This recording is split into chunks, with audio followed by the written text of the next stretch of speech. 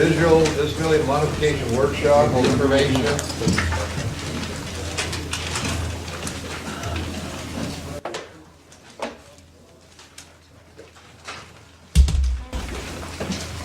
Chairman, Rich Atkins, Deputy Director, I'm really standing in for Kim Jolly. She's our most knowledgeable person on this issue, but we thought we'd conduct a couple workshops just to try to define the issue a little bit that we're faced with. Kim put together, which you all should have received, this ADA muzzleloader visual disability modification FAQs. I think she did a pretty good job of outlining what the issue is. Subsequently, we sent out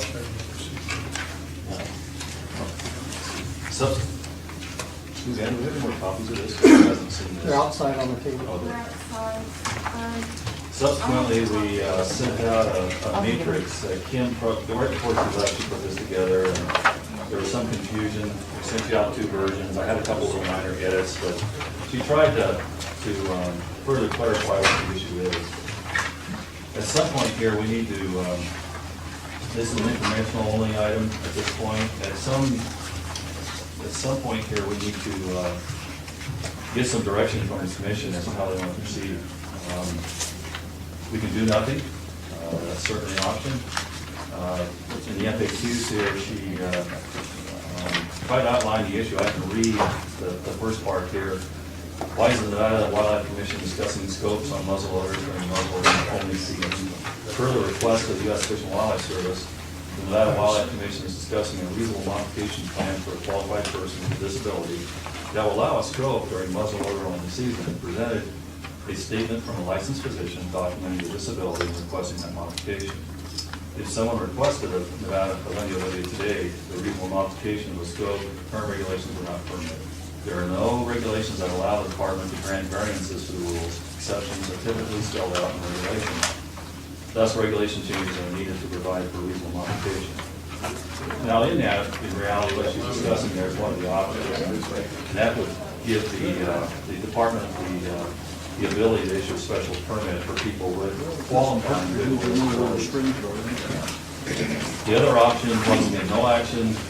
One of the options here is to satisfy that request would be to allow folks with approved visual disability to hunt with a 1X scope. There's no magnification.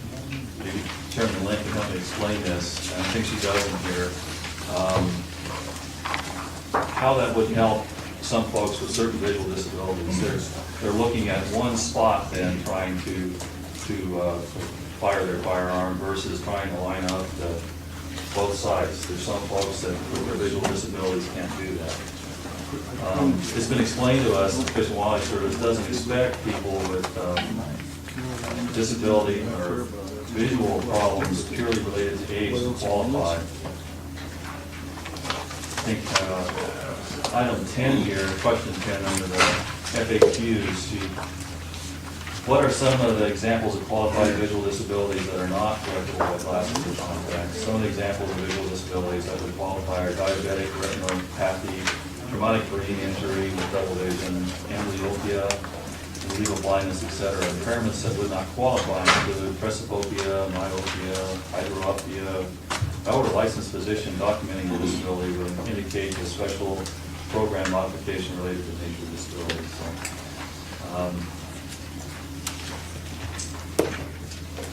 kind of rambling around here with just the no option, or the no do nothing option, or the no action option. There's the 1X option. Or if the commission chose, they could legalize for all participants of the muzzleloader season the use of a 1X scope, or, God forbid, we open this one up again, go to unlimited scopes on muzzleloaders, and that's not what we're presenting here. If we were to go to regulation today to satisfy the Fish and Wildlife Service, our preference would be to go with the 1X optic for qualified individuals. I realize we have some new commissioners that haven't been exposed to this issue, but once again, we're not under a mandate at this point. We've been asked by the Fish and Wildlife Service as a result to this inquiry by this group Other states around us have chosen to do various things. The 1X option is interesting if you look at the matrix. I actually don't have the right one here in front of me. I asked Kim to get some information from other states as to how many people actually qualify, and one of note that she received a response from Colorado. In 2009, here I am with my optical device, has approved only 3 special permits and rejected 3. Since 2001, has approved 9 and only had 29 requests. So it's not like we're going to be inundated with these things, but it would satisfy the legal question we've been asked by the Fish and Wildlife Service. So if we do not proceed with some sort of modification, the Fish and Wildlife Service likely would take it to some next step. We're not sure what that is. I don't know. Maybe New could help define what that might be. But, any questions? Yeah, 2 questions. One is, could we get that, per the request of U.S. Fish and Wildlife Service, could we get that request? I've never seen the request. Could we get a copy of this commission? There's been correspondence back and forth. I'm not sure we've ever actually. Well, yeah, we've had, we've received a few letters from them, and I think you can construe the letters as requests, though. Yeah. Could we get copies of those? Sure. I think that'd be good.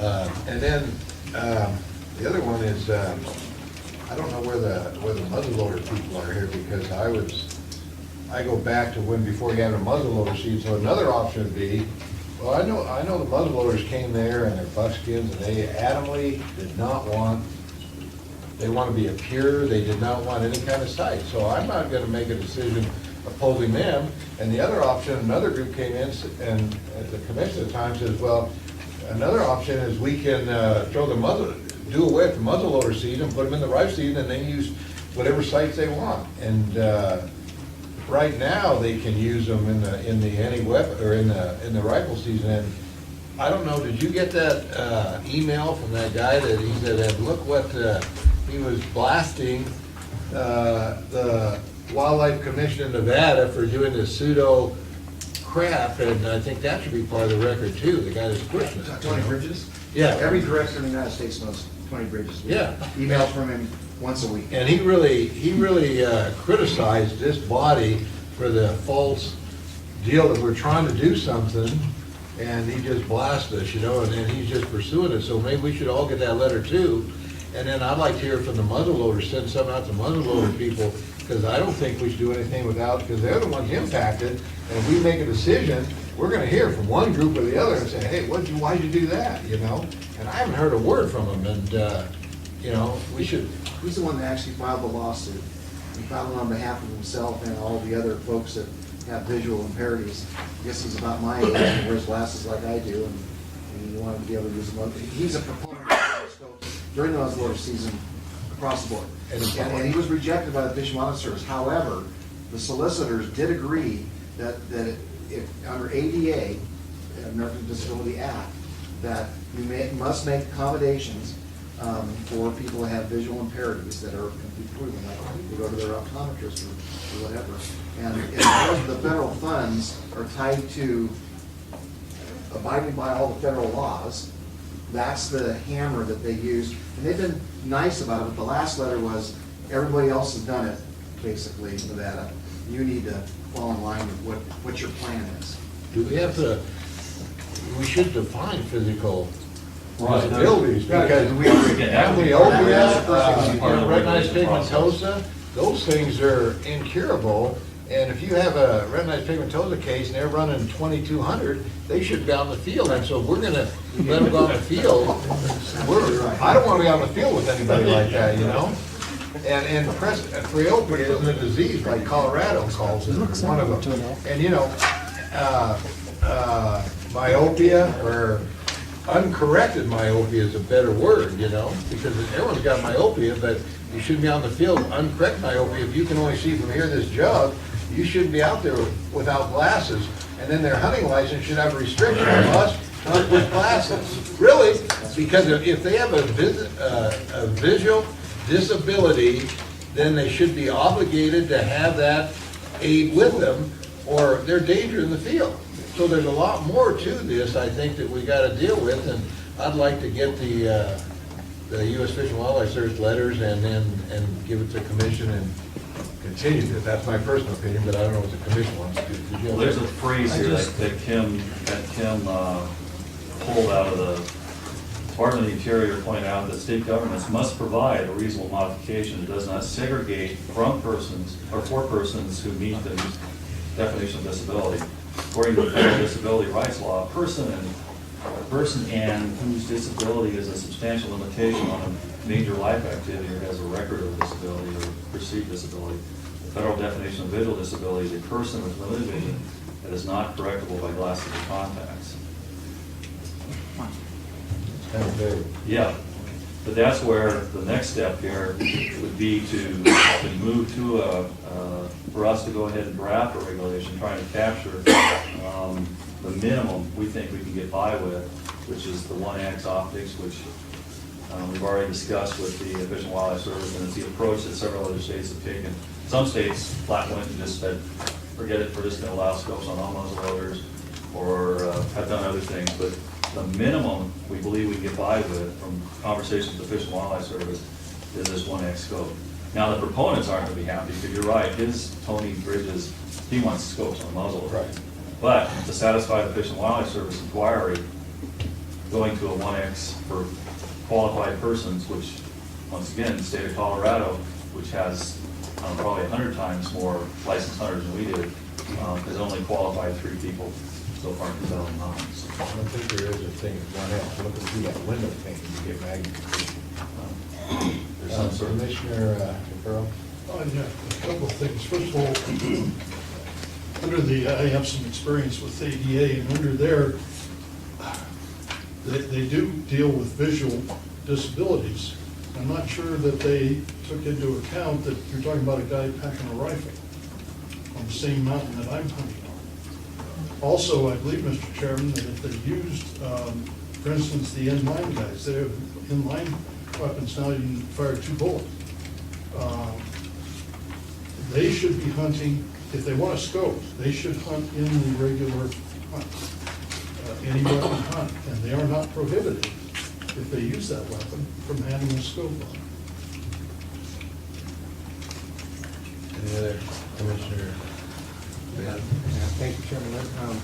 Rich, did Colorado indicate what kind of administrative, what they have administratively put in place and the cost that's associated with it? It sounds like it's pretty minimal, and so is it relatively inexpensive to do? It is pretty minimal. They have I'm trying to recall exactly what Colorado did. Most of them, they have some sort of an affidavit that the doctor has to sign certifying that this person is entitled. And some states actually have it so that the director can review those and decide which are appropriate, which aren't. I believe Colorado, the person that Kim's been dealing with there is like a staff level person that does the evaluation. They have an ADA coordinator, which they have. So it's a staff person that actually reviews them, see how they comply with Colorado law, if they're meeting the intent. And it's a fairly simple process. So. Mr. Chairman, is there a time frame that we're working with here that you have to comply? It's not a. The clock is ticking. This started in 2006, and we corresponded with Fish and Wildlife Service in 2007, saying that we were responsive to NDOW outlining the current processes and hypothetical language that would need to be passed on NAC in order to remedy. But we kind of told them we would start this process. Recent correspondence with the Fish and Wildlife Service, they inquired as to what action we've taken. We discussed with them what has been done so far, and let them know that we were going to initiate this workshop process with the commission to try to see what we could do. So the clock is ticking. So we have months. 2006. Yeah, we have months to show some progress here, so. Commissioner Cap. Or to tell them that we're not gonna do anything and then let the games begin, I guess. Mr. Chairman, I'd like to see, I mean, it's the medical requirements are, I don't have any expertise in that, but I would kind of like to see what Colorado has done. It looks like they're in compliance. They have very few, looks like very little red tape that the department has to deal with. And maybe we could look at their requirements and with your expertise, could give us some guidance on what that means. And then that would clarify that option for me. Mr. Chairman, actually, I have a copy of Colorado's accommodation permit application here. It's, I've never reviewed this, but there's several, I think this document here actually applies to multiple disabilities. I think they're using it not only for their visual disabilities, but their physical too. So it's a multi-page, just looking here real quick to see if I see what it says about that. And that's where I think if we did take a stab at maybe drafting some language, pulling together some of what other states have done, that might be a little better way to present this. I mean, we kind of wandered around here a little bit the last two workshops. Yeah, from what conversations we've all had, I don't think the commission has any appetite to open the door for muzzleloaders, scopes on all muzzleloaders, so kind of strike that off the list. And it doesn't sound to me like there's much appetite for allowing all muzzleloader hunters to utilize a 1X scope. It sounds to me like there may be some tolerance for that for qualified folks, and maybe we should take a stab at drafting a regulation and bring it back, and we would have some language to actually sit here and discuss. I'd like to, with the commission's, I think, I'd like you to notify the muzzleloader groups and ask for their opinion, and also the cabs again, for their opinions and for some suggestions for us. And, because we're gonna offend one part of the muzzleloader group, maybe, I don't know, we were years ago, but I think we owe it to them to get their opinion. And another option would be, if, with the muzzleloaders get too close to modern rifles, they're gonna be essentially considered rifles, and then we're gonna have a problem. But I think we should do that and get the Fish and Wildlife Service letters and to make, and then you can go ahead and, do something unless the commissioners want. Can I just add to that list that you give us a copy of the Colorado statute, the Okay. Colorado regulations, Okay. and that application, the full process. We've got several here we'll provide. Because I think that would be very helpful. Based on my recollection of the comments we got from the cabs earlier, everybody seemed we're zeroing in on the most restrictive option. And this one, it sounds like we've got a blueprint to do it, and so if we could just add that to the materials. Tim's back on Monday. Thank you, Mr. Chairman. I see a couple of things in this. I mean, my preference would be to keep current regulation. It sounds like every court disagrees, so therefore we got to go with, a different option. And I mean, when I look at this, first thing we got to think about is we got to be safe, which sounds like some of these people in the field, that's an issue of safety. I do not want to end up becoming the eye police. I don't want to end up has to be sitting here talking about what type of IOPIA it is, or things that, we'd all have to go back to school and have the chairman tell us what this thing means. We really don't. We just got out of being the excuse for police for deer tags. Now we're going to get back into the excuse for police for how bad my eyeballs are, and everybody's going to have, this opiate that I've never heard of. And so how do we get around that? We've got to come if we could possibly come up with some possible universal policy for everybody. And come up with a big list, every option. I mean, we threw out in the last meeting, there was round patch ball muzzleloader, put any scope on it you like. There was no muzzleloader. There was, people with that bad of eyesight, they need to follow our regulations for blind people. They need somebody with them. Which might be, I'd feel safer. If you're not, can't have correct vision, I would feel safer if you're required to have somebody with you. I think whether it's my kid or his cow, something's gonna happen wrong. So I'd like a huge list of options, bring it out there, bring muzzleloader groups, everybody else cabs. We were trying to keep it from becoming a muzzleloader issue. We were trying to keep it focused on the ADA aspect of it. Because we know that the muzzleloader issue has been very contentious in the past, and we get into the modern versus the primitive versus round ball versus whatever. We were trying to keep from going down that road. We're trying to keep it focused on the ADA. We think it'd be a relatively simple regulation pattern on some of the other states, and we could move forward. But we'll do what you want to do. No, I threw that out to the commission, if that's what they want to do, that was my idea. Commissioner Wallace? Does Colorado have anything in there does the doctor have to fill out the form? Is that what I understood? That's my understanding on all those. Is there anything on there that says this person shouldn't be firing a firearm? Can we add that option? That should be something that a doctor would be understanding. I think that's. Then you gotta go into the computer system and put a flag on it, and when he applies, he's red flag too, so there's. All of these people have. It just requires that somebody else pulls the licenses trigger. and hunting already. So, the doctor's note would still give the department the discretion to view them as qualifying for the special, I don't know, the special disability or, the special accommodation.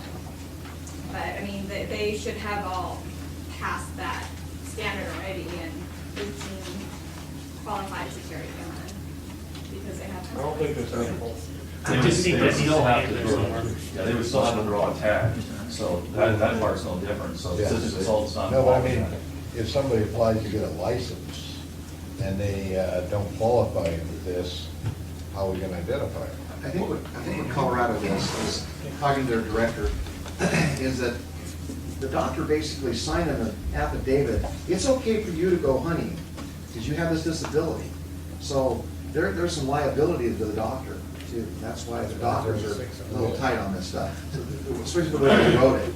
Then they're issued a permit to keep in their wallet, or whatever, their hunting gear, along with their license. So when they get stopped by a warden, they find the muzzleloader's got a scope, they whip that out, and that's a certification from the department that they followed all the checks and balances that the commission had set up. And if they shot somebody because they couldn't see, it rolls back to the doctor too. So he told me that it's really a non-issue for them. They just said, get the feds out of their face to move on with ADA and As long as it isn't liability, I know that when I fill out a DMV, I hereby authorize each person to operate a motor vehicle. You give them, authorize to sign it, it's a liability for the doctor, but, as long as there's no liability for you, and that's why it's gotta be signed by, and the bottom of the DMV says by a competent authority, and I would think that should be done by a doctor.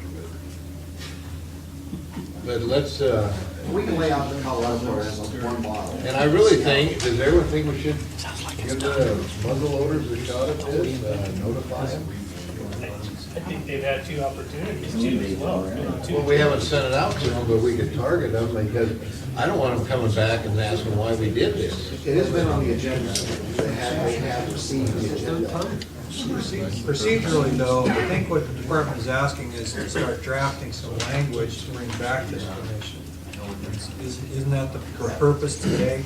And so if you tell them to go forward, then you'll have some language, some proposed language for a statute that the muzzle loaders and the cabs could all look at, rather than just saying, what do you think about this? What do you think about the general issue?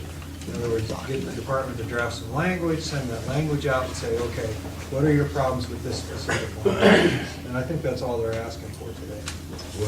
What's your commission pen? Would you like a motion to that effect? Well, No, it's information, we can't, we So don't. I'm keeping track. So we're just keeping So track. how do we give direction without a motion? Well, I'm listening, how about- I'm listening, so. direct him Okay, to well, take do I notes. still have the floor? You're gonna have the floor.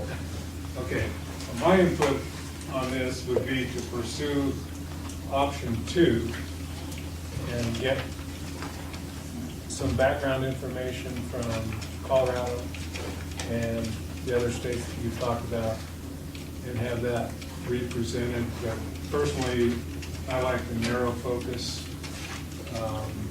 And if we want to know, the muzzle loaders should be on notice, but they probably don't care about this issue as long as we're not going with number 9 or whatever, number 8.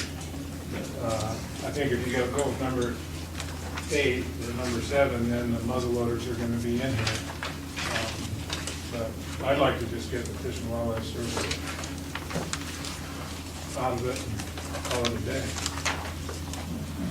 What we're gonna do with them now is they're asking us, well, what are you doing? Tell us what your progress is, what's your process? So once you give us instructions, we don't get back to them and say, commission's give us instructions, we're drafting regulation, and we're starting through the public review process, and they'll be off our back. If nothing happens, Is that what you want to do? And then get us a yeah. copy of this document, so we have it. Does that give you Yes. what you need, Rich? You know, we weren't sure how to proceed with this because we knew it was such a contentious issue with muzzle loaders, so we thought we'd try to do a little educational. That's the idea of the workshops, trying to keep the focus on the ADA aspect of it. We're not talking about all muzzle loaders. That was never our intent. So I think we've had a good enough communication. I think Tim could have phrased it a little better than I have, but I think we've got a clear enough direction here that we'll come back with the material you're asking for and possibly the draft regulation. Thank you. Any public comment? I didn't see any cards on it, but anyone want to come up on it? Come on out. Of course.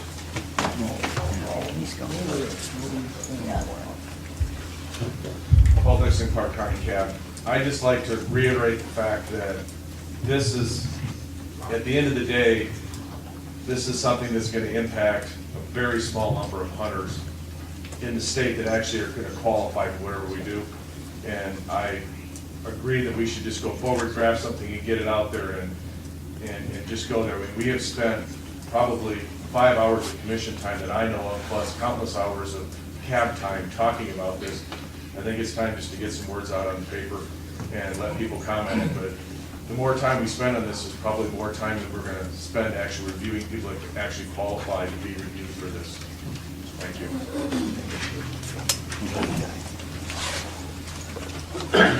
I'll be quick about this. It sounds like it's going to be jammed down the throat whether we like it or not. But playing the devil's advocate, okay, what's next? What about archers? Are we going to have laser sights on archery, on those now too? Is that what's next? Not until they sue us. Okay, but are we going to just wait till that comes up? Just the thought, because that's going to be the next step. As soon as we approve this, then the archer's going to go, now you're discriminating against us. Thank you. Michigan with crossbows for APA already. But crossbows are only an illegal weapon. Archery has its own, No, for archery, they allow crossbow now for APA in Michigan. not in Nevada. No more conversation. Go ahead. For the record, Bill Miller, White Pine County. On September 10th, I will be out with no scope on my muzzle loader, pursuing deer. Two things. Over the past 18 years, I would say this is about the fourth time the scopes on muzzleloader issue has surfaced. It happens to surface about every time we get a new rotation in the commission. And every time, all the cabs and all the sportsmen in the state of Nevada have showed their disagreement with it. I once again asked a lot of muzzleloader hunters what they felt about this issue with scopes on muzzleloaders. And what I got from a lot of them was that in this state, to hunt in this state, it's not a right, it's a privilege. And so we're not taking anybody's right away when it comes to a disability. And that's something maybe the attorneys can take a look at. If we decide to go with visual aids on scopes for a certain few, now we are discriminating against the rest. Still, what's going to take place is we're just going to open up the door, and down the road, we're going to have scopes on all of our muzzleloaders. So White Pine County, along with a lot of sportsmen that I've spoke with, are totally against this proposal. And I could address that just briefly, and not to start a debate, but just to, I'm not an expert on American with Disabilities Act at all, but What that says is basically if you have a qualifying disability that affects a major life function, then if the government can give you a reasonable accommodation that will allow you to function closer to what everybody else does, then the government has to give that accommodation. And so that's what we're looking at here. You're not going to get everybody with scopes because they have to have that qualifying disability. And that qualifying disability has to have a reasonable accommodation. So if it's unreasonable, like if they wanted NDOW people to take them out and line up the sites for the deer or something, that's an unreasonable accommodation. But what the courts decide what's reasonable and what's not. But we have a reasonable accommodation for scopes on muzzleloaders and any legal weapons.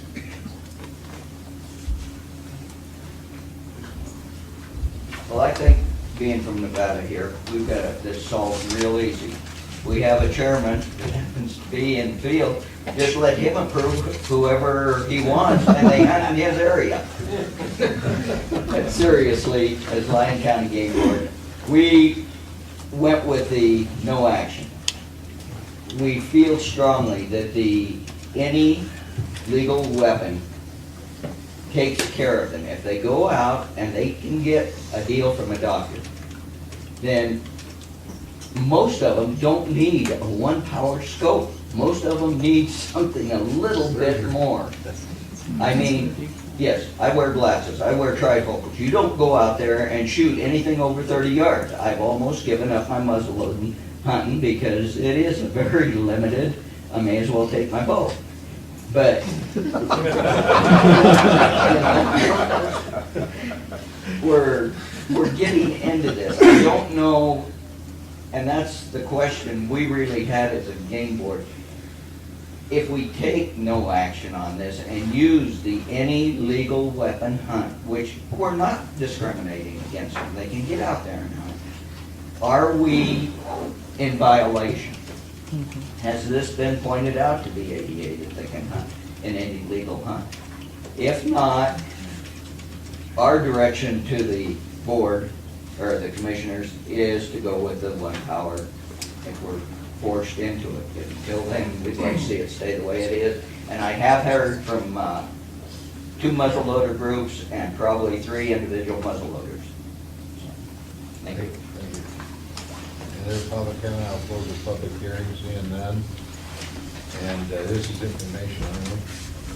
And the next item is potential conversion of Wine Cup Ranch to a wild horse refuge.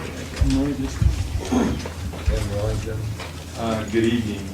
It's past afternoon now. Ken Wellington for the record, Elko County Advisory Board. And basically what's happened here is we put the cart in front of the wild horse already. And we heard rumors, Craig Stevens from our board brought it forth and made to this commission that there was possibly going to be a lady by the name of Mrs. Pickens who was looking to purchase the Wine Cup Gamble Ranch up by the Goose Creek area. This lady was going to turn it into Wild Horse Refuge. I'm going to have my partner in crime come up here in a minute, Mr. Spratling. He has a lot more details on this as he sits on that council. But I kind of wanted to put some background on this. The rumors were kind of gone away after I spoke to a Brian Fuel from BLM. He's a field supervisor over out of Wells. He advised me, of course, that 1018, Bill 1018, HR 1018, if it went through right now as federal law stands, there was no way they could do that conversion of moving those animals in there. However, it's currently sitting in front of the Senate, and if that passes at that point, it would open up that option to bring that in there.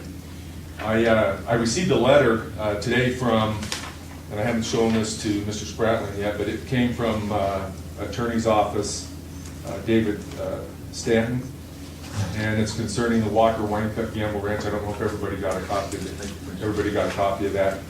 And it basically states for the audience is that at this point, the bottom line of this attorney represents the Walker Wine Cup Gamble Ranch and Mrs. Pickens.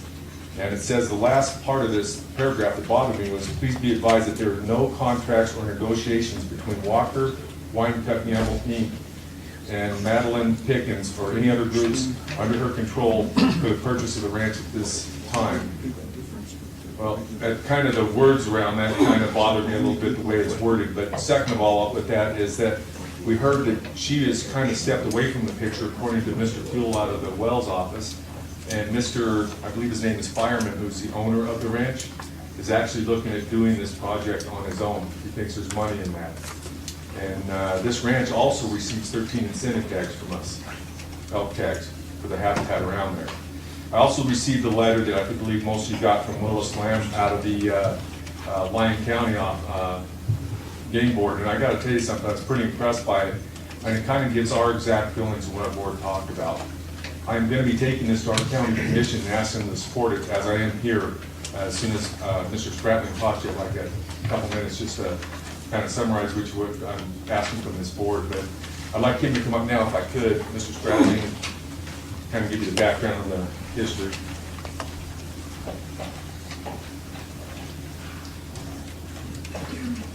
My name is Boyd Spratling, and actually I serve on the National Wild Horse and Burro Advisory Board. And so, kind of where some of this started was that we made a recommendation to the nonprofit groups out there who are always complaining about not enough stuff is being done to save the horse. He says, oh, and put it back in their lap, and said, well, there are plenty of ranches for lease or for purchase. Go out there, buy one, make a conversion, and run some horses at your expense. We'll save the BLM money. And it was targeted at the nonprofit groups. And it was picked up and perverted into the situation it is now, where people are wanting to make some big dollars by running those horses. Mrs. Pickens is out of the Wine Cup deal. This is the proposal that the Wine Cup, that Paul Fireman actually has put out. I received it because we're neighbors, so I have another layer of discontent with this whole thing as a neighbor to this situation, knowing what the fences are right now and the propensity for sportsmen and other users of public lands to leave gates open and that sort of thing, or to cut the fences. We know those horses will spill out into other allotments and or private lands. But I think the thing that concerns me the most is there's a lot of concern and a lot of appetite for this. The BLM is very desperate at the Washington level to have something happen to give them some relief for these horses that they have in long-term holding, and the potential for more horses to be going to long-term holding. The ones that need to be gathered. We're gaining horses out on the rangelands at an alarming rate right now because of lack of funds. No horses, no money is being spent for gathering horses to bring them down to the appropriate management. Any areas in Nevada where they're over appropriate management level, those horses, there's no money to gather those horses. The only horses in Nevada that are being gathered last year and then for the coming year, in 2010, will be horses that are under an emergency gather. And that's because they're out of water, 4-H, or some other situation. Those are the only gathers. So we're going to have an increased number of horses on rangelands. We have 31,000 in short and long-term holding. That's costing around $2 a day, $1.50 a day to the BLM. So they're looking for something very desperately to get these horses out of long-term holding, or at least new ones they gather will go into some sort of facility. And so that's where the appetite from Washington, from the BLM at the Washington level, is to have something like this happen. So there is a lot of momentum, you know, when you have someone like Madeline Pickens come in and put on a presentation to the BLM and to congressional members about how she wants to save the horses and be a hero in this thing. That's what we're seeing right now. Like I say, at the Wine Cup Gamble, I think the Pickens are still involved or interested in ranches in Elko County. Not the Wine Cup Gamble in particular right now, but the Wine Cup Gamble in itself, and its current owner, is very aggressive in proposing a wild horse sanctuary. They're talking about 6,000 horses in short-term holding, which would be in their feedlot and on their private lands would be horses in short-term holding, which would be about $3 a day that would go in their pocket for short-term holding. The horses that they propose outside, which is, the Gamble Ranch is a very unique situation. A very high percentage of the land is private. They're in a true old checkerboard pattern of private, public, which was created when the railroads came through the country, and that was a land grant. So there is a lot of private land, but it is not locked up, and it is still in the checkerboard pattern. So they have a lot of interest in doing something with those private lands. But it would require a number of things. First of all, what should really happen in a situation like this is ownership should be transferred to the Wine Cup Gamble Ranch to own the horses. Okay, and they currently have regulation in place where that could happen. It's called a sell report. Those horses can go to the ranch. And for any fee that the BLM sends, $1 can get you 20,000 horses in that situation. But if the Wine Cup does that, then there's no way the BLM can pay them $500 a year to run the horses outside on public and private lands. So there's a discrepancy there, and there's a problem with that. And if we leave them in public ownership, then, making that conversion over into, from public to, or to run those horses on, private lands and all the things that go along with it, they would have to, no matter what happens, they have to live within grazing regulations. And I think what they would like to do statutorily is to get around grazing regulations, which would be when do they go in, when do they come out, do they comply with grazing standards, riparian areas, and all those things that the livestock industry complies with. They should absolutely, without fail, no matter what happens, I think, that's something that has to be complied with. They have to be live under the same rules that we do. So other than that, if you have some questions as to particulars about them, but there is a lot of interest, and there's a lot of momentum. We did a letter on HR 1018, I guess you've seen it last time, and so I think that is a regulation that would allow them to do some of the things they want to do. Right. But as far as I think the place that actually is a rancher, to my consternation, Endel has a lot of input into what happens in the BLM process. And it has caused a lot of problems for us in the past. But in this situation, I think actually Endel has a very important role to play, and therefore the commission, to play in what happens on public lands and converting from the livestock cattle AUMs over to horse AUMs. So I think that's an important dynamic in this situation. Do you have a suggestion? Well, I think that should be what they do. And that's comment, and We have. and We are. I think that's an important way to go. And I think, in all honesty, if the past history is any indication, I think Intel's probably got a big say in what's going to happen. In my mind, now there might be enough. There's always enough pulling money in Washington D.C. to get around a lot of things, and there's interest in Washington D.C. So that's what I like to say. Any questions, Commissioner Ray? I'd like to know, exactly, as in make draft something up, make life simpler, what you would like this commission to say. And, I'm with you. It's just, what do you want us to say? Well, Go ahead, write it up for us, draft it up for us. I think the important thing, We can, I think the livestock, the ranching industry, and sportsmen have something right here that we can agree on wholeheartedly. Yes. The resource damage would be pretty tough. I really believe the number of horses, they're talking a potential in 5 years of 20,000 horses. And we can't even fathom the resources it takes to run 20,000 horses. And we can't even, you can imagine what's going to take for that to happen. And in order to manage it and move those horses from this pasture to that pasture, onto public, back to private, even if they were starting with, 500 head and showing that they could accomplish it, they want a minimum of 8,000 as a beginning bid. Without any proof that they can even handle management. And so that resource damage is something that we're concerned about every bit as much as sportsmen in the state, or wildlife advocates, or other environmental groups. I think we can all agree on what's could happen. And I could help anyone who wants to, I think other groups, I would be more than happy to cooperate with whoever wants to come up with maybe some language for this commission to get on. Any other questions?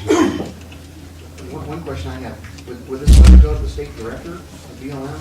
I think it's beyond state. I think it's beyond state. I think this is something that has to go to the Bob Ed. To Bob Ed. And maybe the congressional delegation. Yeah. And that was going to be my suggestion, and the wording and stuff we can sit down and put together for the next meeting. This was more, I wanted this commission to understand that we're kind of, even though we're being, I guess to put it bluntly, we're being proactive instead of reactive. All of a sudden they put it out there and we're all standing here going, man, we should have done something, and So right now, we're trying to be proactive on what we're taking a stance on this. And so we could put together a decent letter, working with Mr. Sprout and myself, the department, and if you wanted to have somebody from the commission involved, put together a decent letter, because I'm going to the county commission also. No, I think that, you know, as far as I'm concerned personally, I'm 1,000% for this. I don't know what the play of the commission is, but I think getting a letter drafted, I'd love to bring it back before this body to enact it. I'm just speaking for myself, but I'd love to do something like that, and I would appoint the vice chairman to work with you on that. I just want to make it clear too, we are not against people's personal property rights and the stuff they want to do. We're just concerned about the wildlife habitat and the resource that's out there. And so that's both of our concerns, and as it is the commission in I know Dallas. Commissioner Pearl, he's aware, tremendously aware that is most of those sportsmen are too. Thank you very much. Thank you. Oh, we have a question here, Commissioner McGrath. Can I get just an explanation of, is there something in the new, because we dealt with 1018, and the Wine Cup Ranch wasn't mentioned in 1018, is that correct? Correct. I mean, the 1018 is basically rewriting the Wild Horse and Burro Act. Right, and so the issue before the Senate right now, were there amendments to 1018 that deal with the Wine Cup Ranch?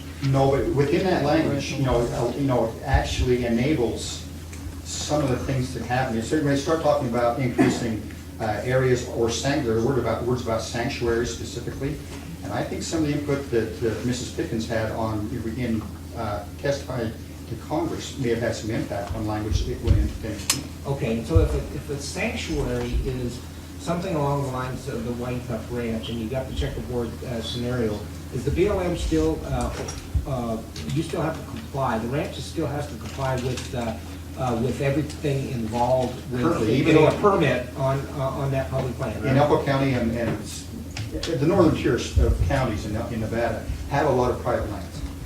And a lot of those lands are either checkerboard patterns, or we have blocks of private land within a public allotment. Right. And basically, even on your private land, unless you're willing to fence it off entirely separate within the allotment, you have to comply with BLM regulations and conditions, terms and conditions, for that whole allotment, which includes your private land. Right, and so if, just kind of walking this forward, so that means that they would have to, if their current AUMs aren't cattle, is that what Wine Cup is, cattle? Okay, then if they're gonna convert those AUMs to horses, then they still have to go through the entire process that it takes to go through that. Correct. And so this legislation isn't trying to make any changes with No, respect to and that. exactly the point I think that you might be leading into is exactly where NDOW has the chance to make major input and comment on what the BLM is. Let me disclose one additional thing. I'm not sure where everybody stands on this. Our ranch has been involved in some litigation with Western Watershed Project. That litigation, I don't know if everybody's aware, is recently settled. Are you aware of that? Some in White Pine County, that's where we're at. And basically, the case was dismissed, jointly dismissed, and the BLM agreed to withdraw the permits. In other words, the permits that they had issued, the 10-year renewal permits, they agreed to withdraw those and now issuing temporary permits. And what the BLM has now agreed to do is not use categorical exclusions anymore with respect to cattle permits, vegetative management, and fuel reduction. And so that's going to force those types of decisions into the EA process, is what I understand. And so what we're talking about is that, and obviously I'm not sure if this is outside of White Pine County, but they have to still follow the same process that's in place under NEPA or whatever the case may be, right? So they're not trying to get any exemption from that. And so what we're talking about is getting the department to weigh in on that process. Correct. Exactly. And I think that's where the biggest leverage probably is through that process of cooperating agency between them and Commissioner Cavero? Are those, just a question, are those checkerboard private lands still in the hands of the railroad? No, those are actually in the hands of the Wynkoop Ranch. Okay. And a lot of those private lands, some were left down to Humboldt and Person County, were still in the railroad, and they dispersed those over the last 10 years, and different companies bought them up. But these lands at the Wynkoop are in the ranch ownership. Wait, I think it's 250,000 acres is the wine cup, but they affected about 1 million? Is that- The private ownership, according to this is a proposal that the ranch came up with for the horse sanctuary, and they say they're 250,000 acres is private, and it affects overall about 1 million acres of public, or total. So it's a big, You know, it's a big block of land. You need to find a spotted leopard frog or a... Aren't there pupfish on That would stop everything, or one of those spotted owls. There ain't spotted owls? No spotted owls. Those horses, a lot of key elk out there in the wells recently. Probably a lot of snake grass.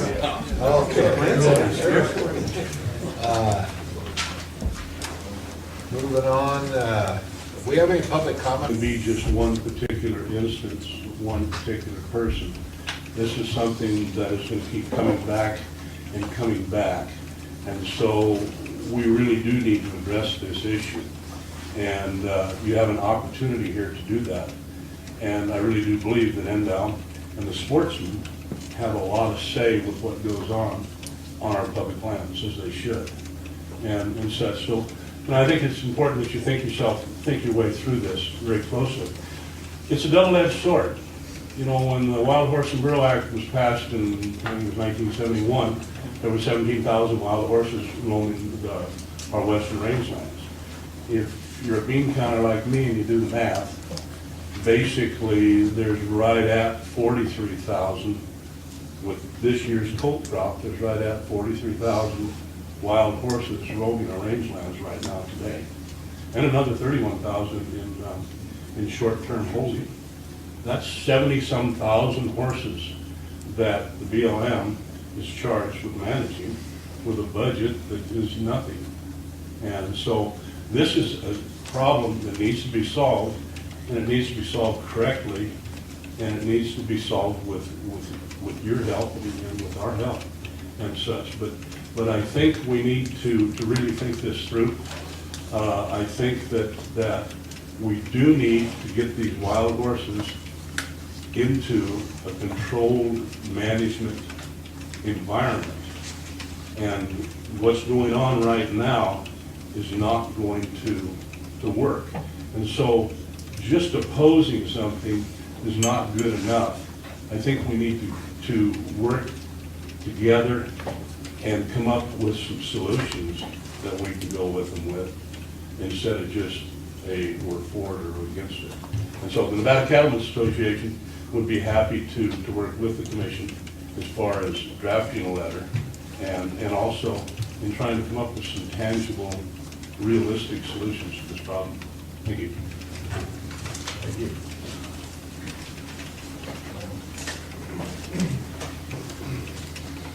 Mel Belding, Washoe County. I'm on the stewardship board for Washoe County and Modoc counties. And we are currently working on an allotment to go from sheep to cattle.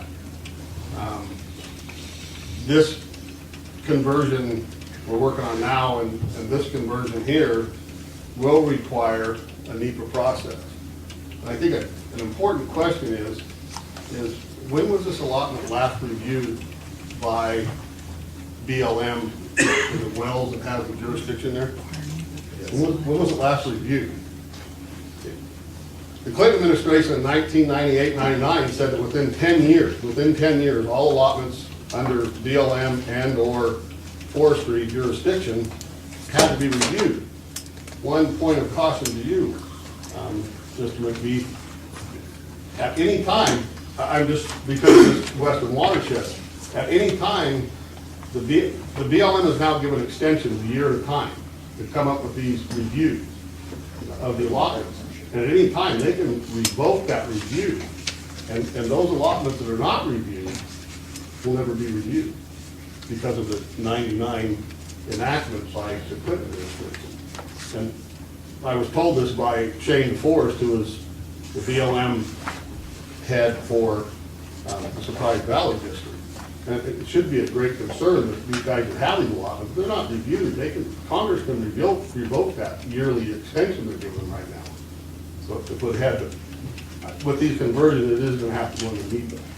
So that might be the time to comment on that.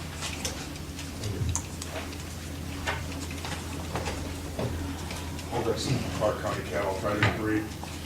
First thing I would state is that I applaud writing a letter and getting a position. The last letter we wrote, we sent, we still had two of our congresswomen vote for HR 1018. So I would recommend, besides putting together, drafting, and getting a commission and NDOW agreed to letter, is that we have some sort of an education with our congressional staff on the importance of this to the Department of Wildlife and this commission that has some impact. As I mean, just sending a letter that we sent last night basically had no impact. And I will state categorically that the Clark County CAB public as well as the board feels that wild horses need to be managed. We manage every other animal species in the United States except wild horses and burros. Meaning, when I say manage, in other words, if you take in a dog off the street, it goes to the shelter. How long does it stay at the shelter before they euthanize it, if somebody doesn't adopt it? When we was brought up to the fact that we needed to do something where we put together, not just we disagree with it, but we ought to make a suggestion that there ought to be some sort of a management plan for these animals, that they're taken in, they have up to a year to adopt them, and if they're not adopted in a year, thank you very much, we don't hold them in a holding pen, we euthanize them, or something like that. I mean, I'll put it on record, but we need to have an option we go back with, and when we send something, we need to spend time with our congressional staff and use the county commissions, use whatever political strength we have with those guys. I mean, we currently have the most senior senator from our state. If we can't make an impact at the Senate level with him sitting there on something as important as this, then all things are lost in my viewpoint. Thank you. Especially since it's an election year coming up.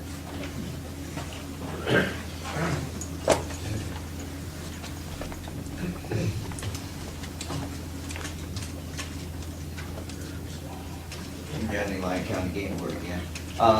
On your packet, I think it's number 7 in there, you have a letter in there that was written by one of our CAB members, mainly because I couldn't put down into words what he did. So we do consider this to be a very pressing issue, and we do think it needs to be watched real close. And his suggestion, our suggestion also, is that our senators do need to be educated on this, because I think we could have maybe done something prior to this. Maybe everybody can feel it was important enough, but it's a bad situation, so I won't take any more time. Thank you. I've got 3 cards here: Jeremy Drew, George Corner, and Ally Bear. I'm Ally. I'm Ally Bear, and I'm from Elton County, and I'm representing myself. I just came from Washington, D.C. about 2 months ago with the American Quarter Horse Association, and we met with the Congressman Heller, and we met with the senators, trying to educate them on this HR 1018. Currently, I just got a call today, HR 1018 has enough votes in the Senate to pass. The only hope we have now is to have Reed keep it from coming to the Senate floor. So hopefully we can get some support from everybody and some pressure on Reed, keep it from coming to the floor this year. But you know it'll be back next year. So these wild horses are such a problem, and the American Quarter Horse Association hates to be quoted as a horse slaughter people, but that needs to be what happens to these. Because back east, since they've closed all the slaughter plants, it costs $2,000 to have a horse put down. You have to have the vet come out. You can't bury it because it has barbiturates in it. Then you have to have somebody haul it off. Then it has to go to a crematorium. That's $1,800. So it's just become a terrible issue, and these horses are being abandoned, turned out, whatever. What are you going to do with a crippled horse? So as far as this Wine Cup gamble, I spend in our tax dollars $5 million a year to fund these wild horses that are going to destroy the and the Dares range, I think the commission has a strong position. And I kind of been one of the instigator on this because I've heard a lot about it earlier, so I've sent a few letters and stuff, so. But I just hope that we can get the right wording and we can educate our congressman, because like Keller said, he would not support it. But then I watched the legislation and he added an amendment to HR 1018 for some kind of a motorcycle track in Vegas, so, which got denied. But if that would have got approved, where would his vote have been?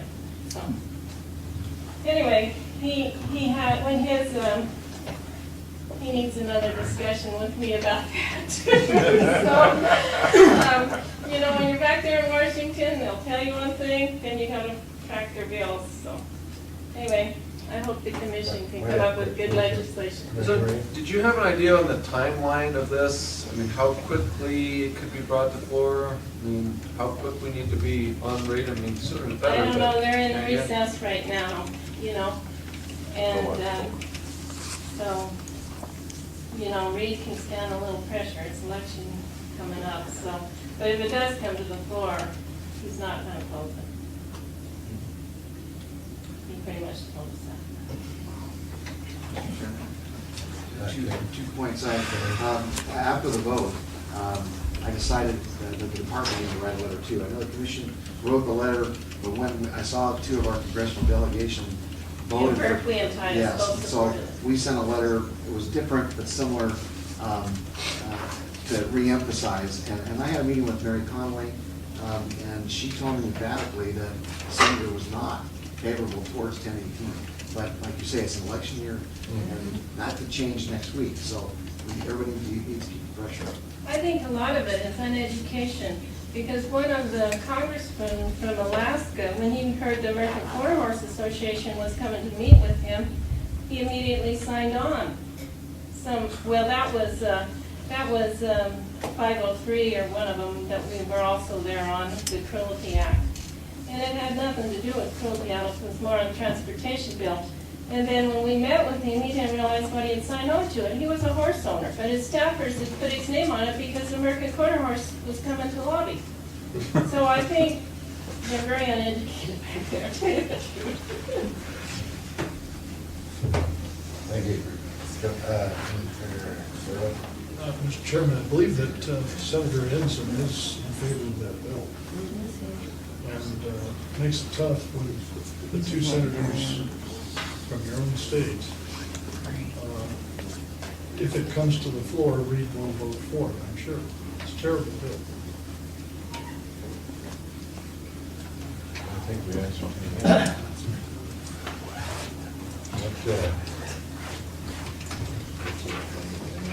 Which want to do anything?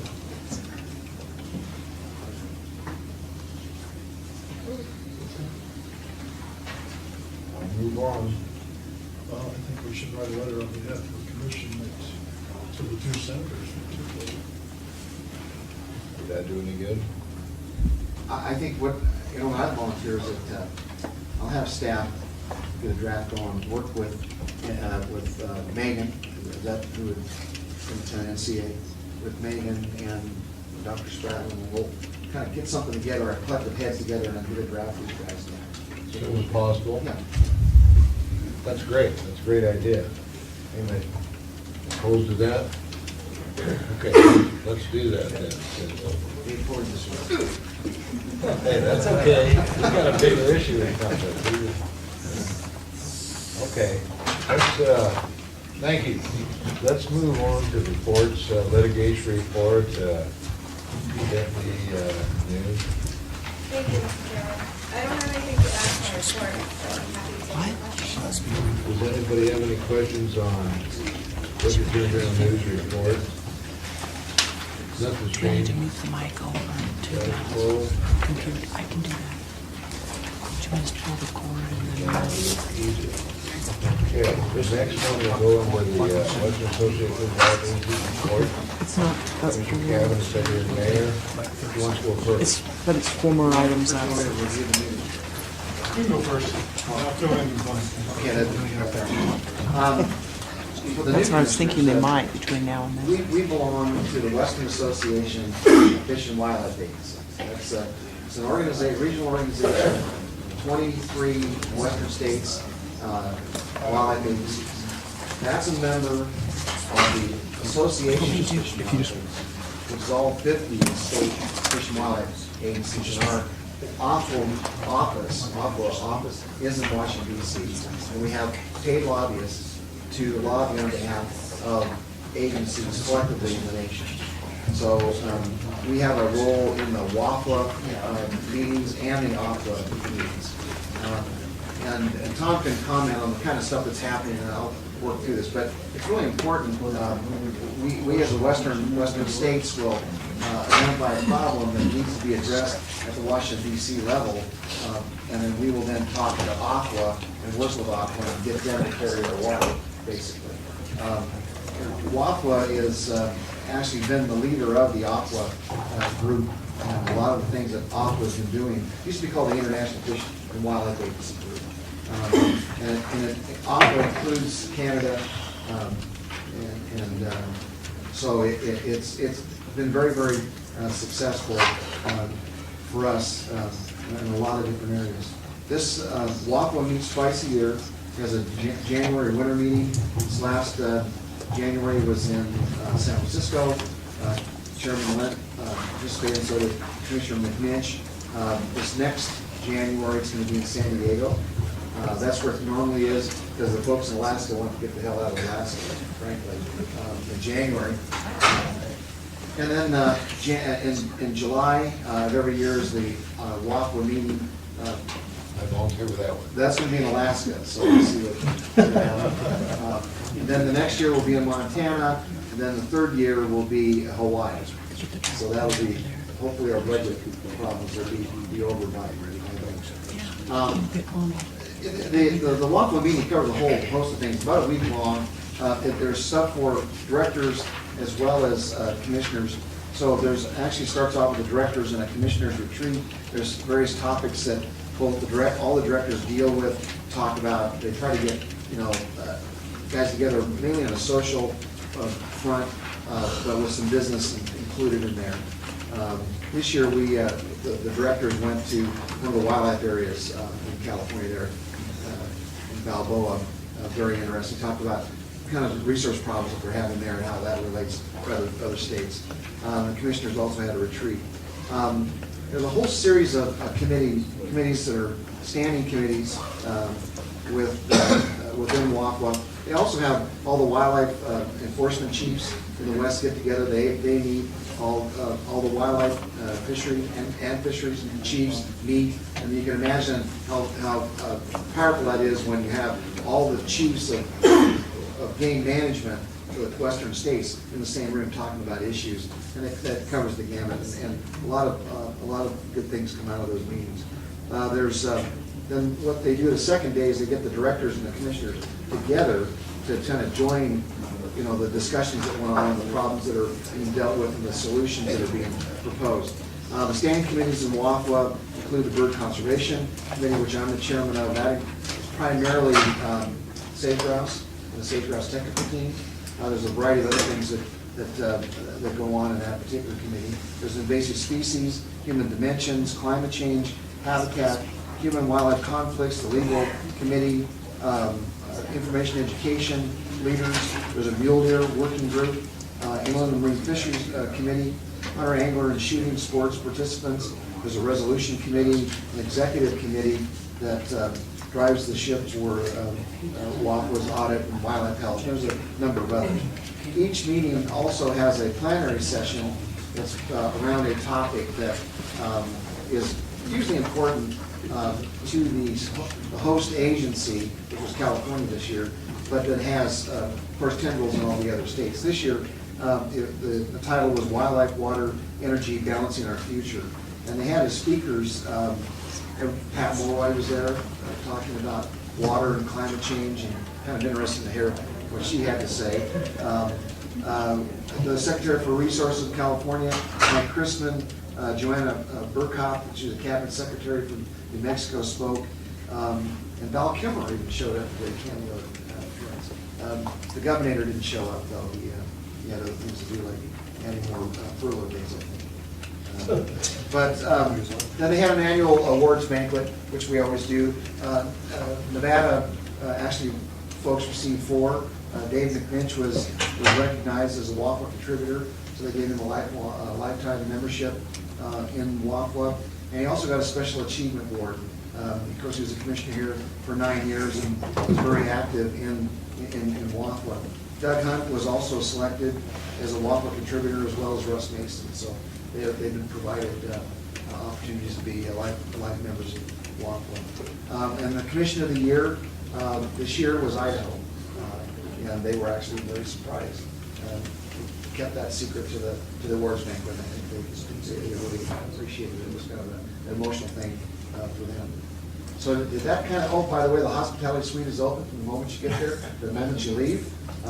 So that's always a good place to meet and talk. And frankly, a lot of the things, I can tell you from my perspective, I think I bagged $1 million for salmon for us, as well as the Mueller Foundation, I think is going to come up with $10,000 or $15,000 to help us do some tooth aging. So there's a lot of networking that's going on, and I plan to hold the California folks to their $1 million donation to whatever we're going to do for habitat work in the Bruno. So, Captain, do you have anything to? Yeah, thanks for covering everything so well. But the biggest focus was on energy and water, and I'll tell you, if you think we have issues, the issues, every other state has the same ones. With all the, Colorado has coal and natural gas drilling, and everyone has wind energy issues that have been brought before this commission, and water, of course, with pipelines and whatnot. And I think we'll probably hear about it at this meeting, but this gas pipeline that's going to go across northern Nevada. Water and energy is really where it's at. Some huge challenges there. And I'd like to think that Nevada doesn't have as big a challenges as some of these other states, but we actually do. In some cases, even bigger. On the commissioner side of it, we had each state gives a report on what's going on in their state, and I actually felt pretty good about what the challenges that some of these states are facing, but when it comes to water and energy, we're really facing big challenges. The other thing that I attended, and it was a commission workshop on basically how commissions work, and I passed out a copy of the kind of the little workbook that we went through. It was very good. And it was put on by, it's called the Management Assistant Team, and they are, they basically work for WAFWA. They have, and all, I guess, nationwide. Yeah, well, they're off, the WAFWA, okay. Funds that. So they're nationwide, and they're funded by a wildlife grant. And they basically put on seminars to, from team building to how commissions operate, how to write policies, all of these different things. And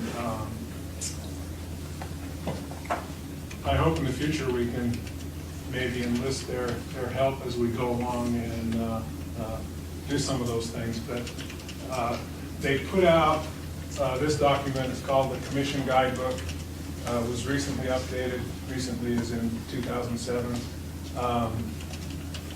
I worked with the chairman and Ken, and each commissioner is going to get a copy of it. And it's not state specific, but it's general. But it basically talks about how commissions run, and I wish I had had it a year ago. It would give me a lot better insight into how things work in Nevada and throughout the country. It has some perspective on that as well. And after Ken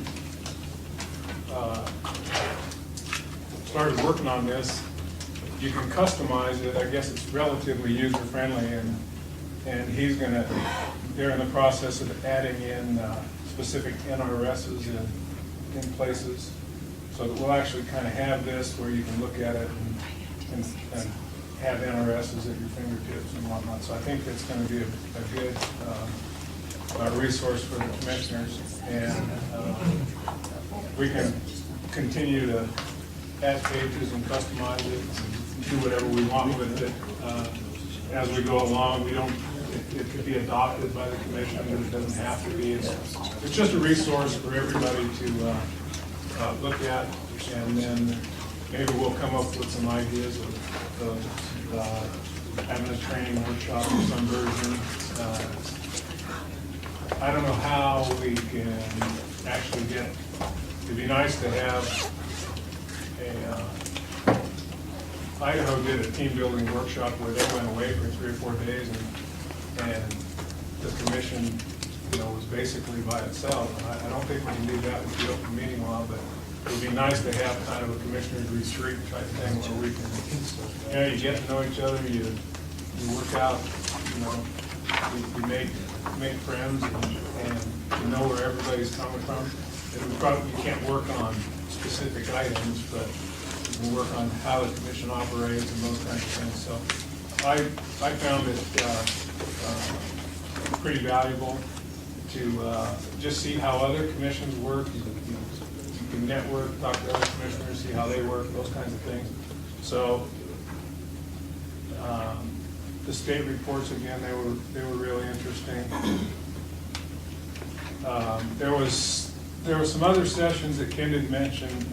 Archery in the Schools program, I was really impressed with what those guys are doing. It's basically the archery industry is doing archery in the schools, and I guess we do have a couple of schools in Las Vegas that are going to come online with an archery in the schools program. Boone and Crockett, they had a presentation on the state auction permits,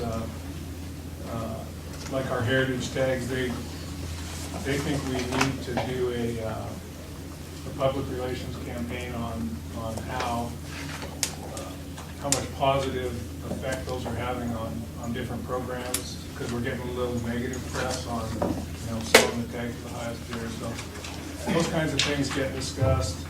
The lead issue was big. We had a session on that.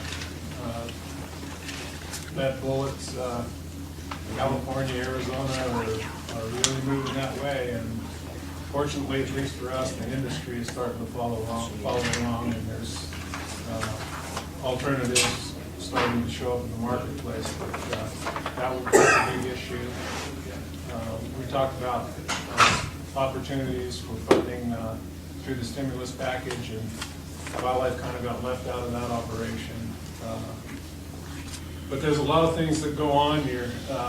My head got pretty full after several days, but the bottom line is I think we do need to try and have more commission participation, and I know that's a funding issue, and it's also a time issue. It's a big commitment to go down for 5 days or whatever the allotment is to attend these things. But it's there's a lot happening, and it's a lot of things aren't specific to that, but it was really enlightening to me. So I'll leave it at that. If anybody has any questions about this stuff, we could